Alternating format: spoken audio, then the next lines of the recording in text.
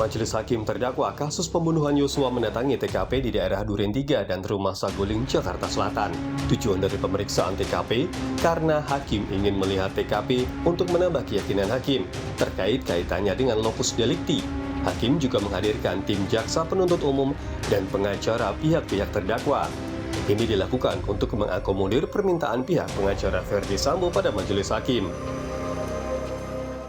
Nanti di sana tidak ada pertanyaan-pertanyaan dari para pihak, baik dari terdakwa kan tidak dihadirkan. Jadi hanya itu tadi seperti pemeriksaan setempat dalam perkara perdata kan juga tidak ada hal-hal pertanyaan-pertanyaan. Jadi majelis murni hanya ingin melihat seperti apa lokus deliktinya, tempat terjadinya peristiwa pidana tadi sudah saya sebutkan untuk meyakinkan hakim.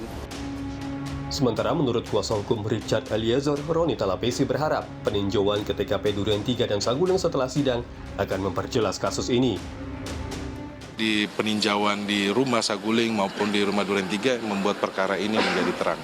Jadi nanti pasti kita akan melihat letak posisi dari para terdakwa ini.